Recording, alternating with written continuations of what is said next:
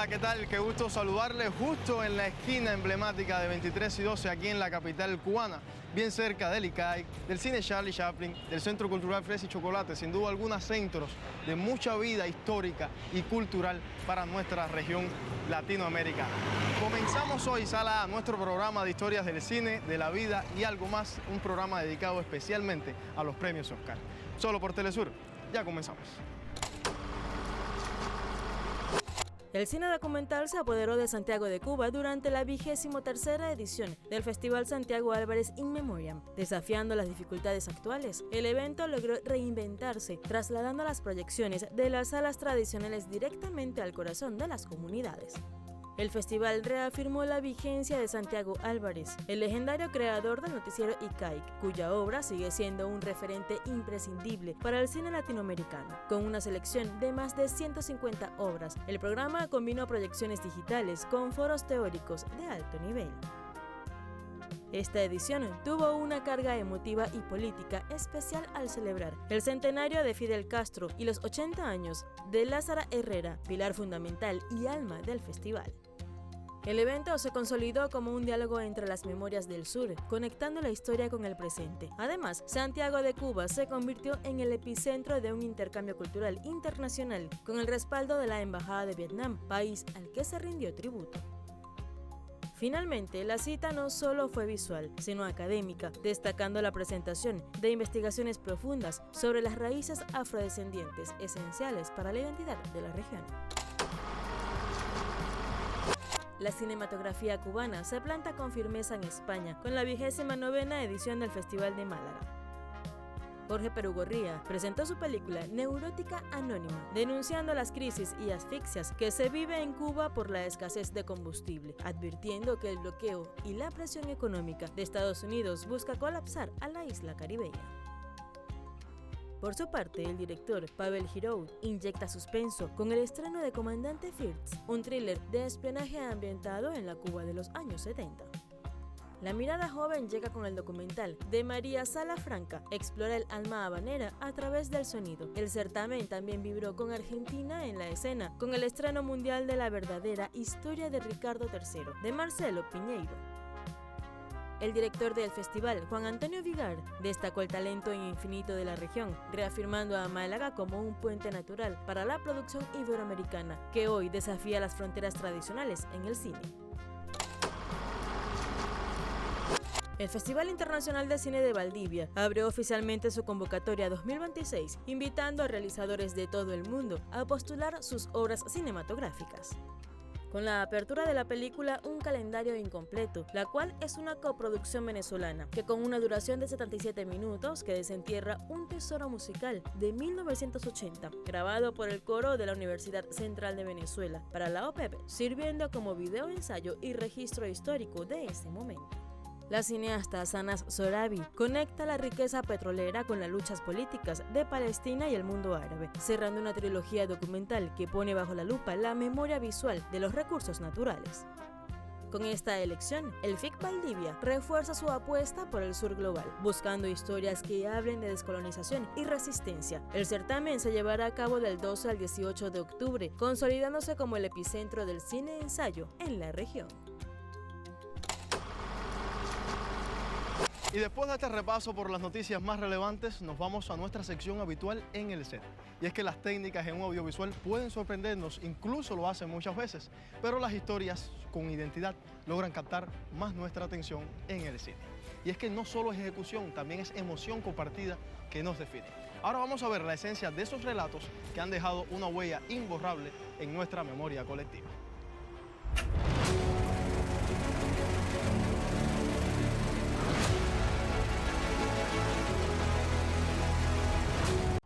La realización de Tal palo tal astilla no fue solo una apuesta al humor, sino un ejercicio de evolución técnica y narrativa dentro del cine dominicano. Bajo la dirección de Frank Peroso y la producción de Caribbean Films, el proceso se centró en 3 pilares fundamentales. El desafío principal de los guionistas fue estructurar una comedia que respetara las reglas del género detectivesco. Se diseñó un ambiente de encierro en las instalaciones del Hotel Crown Plaza, donde cada giro narrativo, secreto y persecución debía encajar perfectamente para mantener al espectador adivinando quién era el culpable. Para alejarse de la comedia estática, el director de fotografía, Francis Adames, implementó el uso de Steadicams y travelings suaves para dar dinamismo a las escenas de investigación, y la directora de arte, Giselle Madera, transformó los espacios reales en un set cinematográfico que se siente vivo y lleno de rincones donde esconder secretos. Se destacan las actuaciones de los expertos Raymond Pozo y Miguel Céspedes. También se integraron nuevas caras de las redes sociales, como los Novel Puppies, logrando un equilibrio entre la improvisación natural del humor dominicano y la disciplina del guión de intriga. Franklin Hernández en el sonido directo y José Delio Ares en el montaje trabajaron en conjunto para que el ritmo de la película se acelerara conforme la investigación llegaba a su clímax, logrando esa sensación de caos organizado que define a la pieza. Y ahora hacemos una breve pausa, usted no se aparte porque a la vuelta estaremos en un programa especial dedicado a la huella que ha dejado en nuestra América los premios Oscar. ¿Cómo nos expresamos cinematográficamente en esa gran gala de la industria? Quédese con nosotros, sobre ello dedicamos nuestro programa de hoy. Ya volvemos.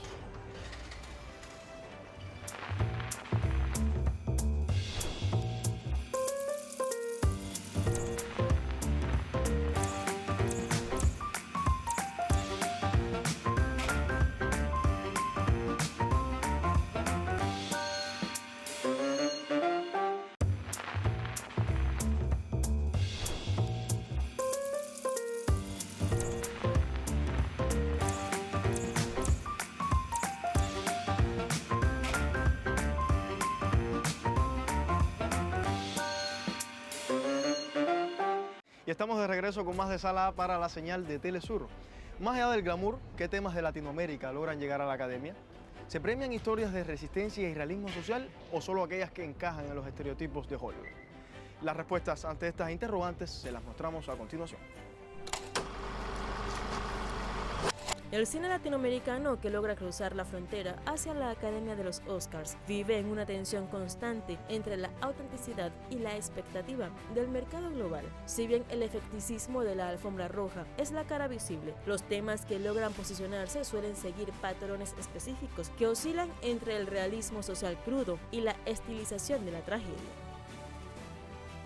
La Academia tiene una inclinación histórica por premiar o nominar películas que retratan las carencias y las luchas de clase en el sur, convirtiendo el sufrimiento del latinoamericano en un producto de consumo para el espectador primermundista, generando disgusto en la crítica. Por otro lado, las historias de resistencia frente a las dictaduras militares del siglo XX resuenan con los valores de libertad y justicia que Hollywood promueve. Con la nominación de El Agente Secreto en los Oscars 2026, que marca un hito por ser candidata en 3 categorías. Para que estas historias lleguen a Hollywood suelen requerir una alta factura técnica impecable fotográfica, sonido de gran nivel y pasar por el filtro del circuito de festivales clase A como Cannes, Venecia, Berlín y Goya, entre otros. La Academia rara vez descubre estas historias por sí misma, más bien valida lo que los críticos europeos ya han etiquetado como importante. Se premian historias que exploran el choque cultural y el colonialismo, a menudo bajo una mirada contemplativa y artística que encaja en el canon del cine de autor europeo y estadounidense. Por esto, en la última década, se evidencia una apertura hacia las lenguas originarias y la cosmogonía indígena, impulsada por un Hollywood que busca diversificar su catálogo. La fortaleza de las leyes del cine de nuestra región y el apoyo estatal es clave para que el talento local alcance visibilidad global sin perder su esencia. Los invitamos a ver de qué forma los países en nuestra América impulsan a sus artistas para alcanzar el mérito internacional. Veamos. Las leyes de cine en la región, como las de Colombia, República Dominicana y la reciente iniciativa de la nueva Ley Federal de Cine en México 2026 han cambiado el paradigma. El cine es un derecho cultural y un activo estratégico que atrae inversión extranjera y facilitan coproducciones con Europa, especialmente a través del programa Ibermedia. Con esto garantizan que el talento local tenga un espacio mínimo de exhibición frente a los blockbusters de Hollywood. Del mismo modo, permiten que películas de bajo presupuesto puedan financiar las costosas campañas en festivales como Cannes, Berlín o San Sebastián. Aunque la atención suele centrarse en quienes alcanzan la estatuilla de los Oscars, el verdadero pulso de nuestra industria se siente en la diversidad de protestas que representaron a la región este año. A pesar de que muchas quedaron fuera de las listas finales de nominados, su paso por el circuito internacional consolidó carreras y abrió mercados. Por lo tanto, no llegar a la gala de los Oscars no es un fracaso, sino una muestra de la saturación del mercado, como ya lo han señalado especialistas. Y la llegada de los Oscars 2026 no solo encuentra a Hollywood en pie de guerra contra las políticas de la administración Trump.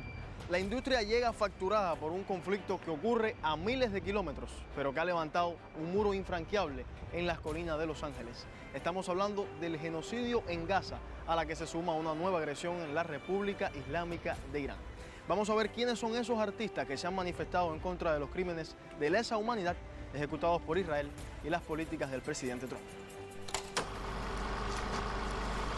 El panorama de los Oscars 2026 refleja un paradigma de muchos miembros de la academia que han decidido romper el protocolo del glamour para convertirse en un altavoz de resistencia política. La alfombra roja se ha transformado en un espacio de denuncia donde la división es palpable por un lado, el rechazo frontal a las políticas de la administración de Donald Trump y el clamor incesante contra el genocidio y la ocupación en Gaza, aunque hay ciertas figuras que respaldan el sionismo y también las políticas opresoras antimigratorias. Figuras como Mark Ruffalo, Mahershala Ali, Susan Sarandon y Cate Blanchett, entre otros, han liderado el movimiento Arctic for Ceasefire. En otras galas han utilizado el emblemático pin rojo para exigir un alto al fuego y denunciar la crisis humanitaria y el genocidio perpetrado por Israel en Palestina.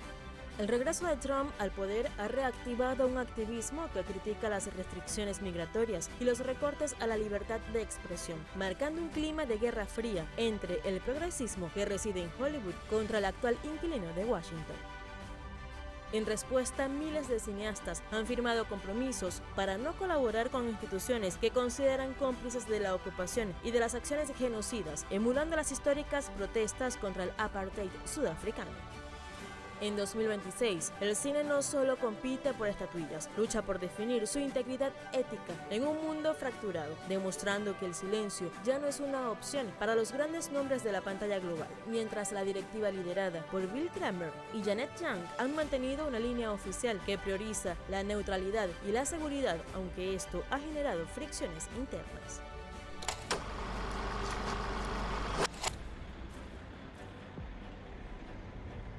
Si la atmósfera de los Oscars 2026 ya era eléctrica debido a la polarización política y el genocidio sionista, la revelación masiva de los archivos Jeffrey Epstein ha terminado por dinamitar cualquier rastro de la búsqueda de ensueño de Hollywood.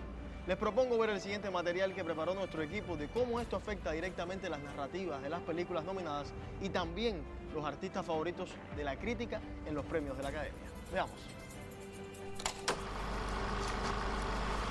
El favoritismo de Timothée Chalamet por Marty Supreme ha sufrido un revés tras la filtración de correos de su publicista, Peggy Segal. En 2018, Chalamet donó su salario de un día lluvioso en Nueva York, dirigida por Woody Allen, a organizaciones benéficas, alegando que no deseaba lucrarse de un proyecto vinculado a un director con acusaciones de abuso. Sin embargo, los recientes archivos descalificados sugieren una realidad más cínica. Correos de Segal, quien mantuvo vínculos reales con Jeffrey Epstein, indican que dicha donación no nació de la convicción personal, sino de una estrategia calculada para proteger su propia nominación al Oscar por Llámame por tu nombre. Por otro lado, el caso de Leonardo DiCaprio es distinto, aunque no menos ruidoso. Su nombre figura en los archivos de Epstein, no como cómplice, sino como un objetivo de presunción. Víctimas como Joanna Schubert han declarado bajo juramento que Epstein solía hacer mención de estrellas como DiCaprio, Bruce Willis o Cate Blanchett para impresionar su entorno. Aunque Schubert confirmó que nunca conoció al actor en las propiedades del magnate, el simple hecho de aparecer en la lista genera titulares que, inevitablemente, empañan su campaña por una batalla tras otra y distraen al público de su interpretación. Y usted no se mueva, hacemos una breve pausa, pero al volver estamos en uno de los momentos más importantes de nuestro programa, las recomendaciones. Ya volvemos enseguida por la señal de América Latina y el Caribe. Telesur.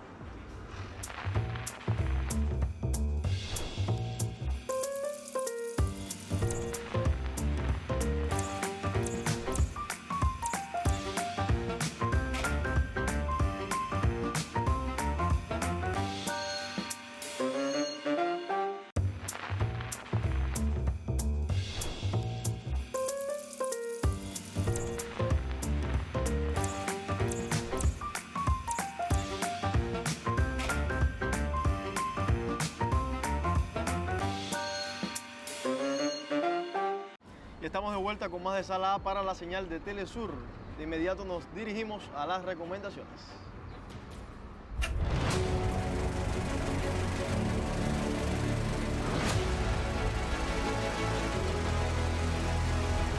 El documental se mantiene como el guardián más fiel de nuestra historia y sobre todo como la herramienta de denuncia más afilada frente a las injusticias. A continuación les traemos nuestro documental recomendado de la semana, No Other Land, estrenado en 2024. Veamos. No Other Land documenta la destrucción sistemática de Masayfer Yatta, un conjunto de aldeas palestinas en Cisjordania por parte del régimen sionista. Fue creada por un colectivo de 4 activistas, 2 palestinos y 2 israelíes, Basel Adra, Handa Bayal, Yuval Abraham y Rachel Sor. Esta colaboración subraya el mensaje central del filme, la búsqueda de justicia a través del lente de quienes viven la ocupación desde ambos lados de la barrera. La trama a Basel Adra, un joven activista palestino que ha pasado años filmando cómo las excavadoras destruyen las casas de sus comunidades para dar paso a zonas de entrenamiento militar. En este proceso conoce a Yuval Abraham, un periodista israelí que se une a su lucha. A través de sus diálogos, el documental explora la desigualdad estructural. Basel vive bajo las leyes militares y enfrenta la amenaza constante de la expulsión. Yuval, a pesar de su activismo, goza de los derechos y la libertad de movimiento que le otorga su ciudadanía. Hubo un punto donde las series pasaron de ser puro entretenimiento a convertirse en una adicción como lo es a día de hoy. Nuestra recomendación de hoy es El Eternauta, que combina éter, que significa eternidad, con nauta, que se refiere a navegante, donde hace una alusión al viaje en el tiempo. Para conocer más sobre esta serie de televisión, veamos el siguiente material. La serie El Eternauta representa uno de los hitos más importantes de la producción audiovisual argentina. Dirigida por Bruno Stagnaro, es la primera adaptación a imagen real de la icónica novela gráfica homónima de 1957, creada por Héctor G. Oesterheld e ilustrada por Francisco Solano López. La historia comienza cuando una misteriosa nevada mortal aniquila la mayor parte de la población en cuestión de minutos. Los sobrevivientes descubren rápidamente que la nieve tóxica es solo la primera fase de una invasión alienígena a escala global. El protagonista, Juan Salvo, interpretado por Ricardo Darín, un veterano de la Guerra de Malvinas, deberá liderar a un grupo de sobrevivientes en una lucha desigual contra fuerzas extraterrestres y amenazas humanas bajo el lema de que nadie se salva solo. La producción destaca por un despliegue técnico sin precedentes en la región, utilizando tecnología de producción virtual y locaciones reales en Buenos Aires. Existen películas que trascienden mucho después de que rueden los créditos. Nuestra última entrega en Sala A estamos hablando de Spotlight, más conocida en Hispanoamérica como En Primera Plana. Vamos a ver de qué trata esta película. Spotlight, conocida en español como En Primera Plana, es una de las películas más aclamadas de la última década por su retrato realista y riguroso del periodismo de investigación. Dirigida por Tom McCarthy y estrenada en 2015, la cinta narra la historia real de la unidad Spotlight del diario The Boston Globe. La obra se sitúa a principios de los años 2000, cuando un equipo de periodistas liderado por Walter Robbie Robinson comienza a investigar un caso de abuso sexual cometido por un sacerdote católico. Pronto se convierte en el descubrimiento de un encubrimiento sistemático por parte de la archidiócesis de Boston, que protegía a sacerdotes abusadores, trasladándolos de parroquia en parroquia sin alertar a las familias. Cuenta con las actuaciones de Mark Ruffalo, Michael Keaton, Rachel McAdams y Liv Schubert, quienes interpretan a los periodistas reales que ganaron el premio Pulitzer por esta investigación. El filme fue un éxito de crítica y se llevó 2 de los galardones más importantes en los premios Oscar de 2016, Mejor Película y Mejor Guión Original. Grabando sonido. Ok. La música en el cine no es solo sonido de fondo, Camilo. Es la fuerza narrativa que nos hace entender la historia mejor aún, revelando lo que las palabras alcanzan decir. Vamos a descubrir los detalles que convierten a la banda sonora en el componente más poderoso y necesario de cualquier producción. Sé que hay cosas que no puede contarme, pero también que aquí hay una historia y que todo el mundo va a enterarse. ¿Cree que su periódico tiene recursos para afrontar algo así? Yo sí. ¿Y usted? La banda sonora de Spotlight es un ejemplo magistral de cómo la música puede potenciar una narrativa sin robarle el protagonismo. Fue compuesta por el legendario Howard Shore, conocido por trabajos monumentales en El Señor de los Anillos. Aquí opta por un enfoque minimalista y sobrio. Shore utiliza un estilo de cámara clásica centrado principalmente en el piano, acompañado de guitarras acústicas y cuerdas sutiles. La melodía imita el ritmo de la investigación, es constante, retórica y cerebral. Los arpegios repetitivos del piano evocan el sonido de las teclas de una computadora o el movimiento de una oficina de prensa. Transmiten una sensación de urgencia contenida y trabajo incesante. Evita los crescendos melodramáticos para dejar que la gravedad de los testimonios hablen por sí misma. El trabajo de Howard Shore fue reconocido con diversas nominaciones, incluyendo los Critics' Choice Movie Awards, destacándose por su capacidad de generar tensión de forma silenciosa. Y hasta aquí nuestro programa de hoy. A usted, gracias por sintonizarnos. Nosotros nos reencontraremos la próxima semana a la misma hora con más historias del cine, de la vida y algo más. Usted recuerde suscribirse a nuestro canal de YouTube para ver los capítulos disponibles. También síganos en Instagram. Tenemos ahí un nuevo perfil donde podemos debatir sobre próximos invitados. Hasta tanto, yo me despido. Yo soy Brian Pavó y esto fue Salah para la señal de América Latina y el Caribe. Hasta la próxima.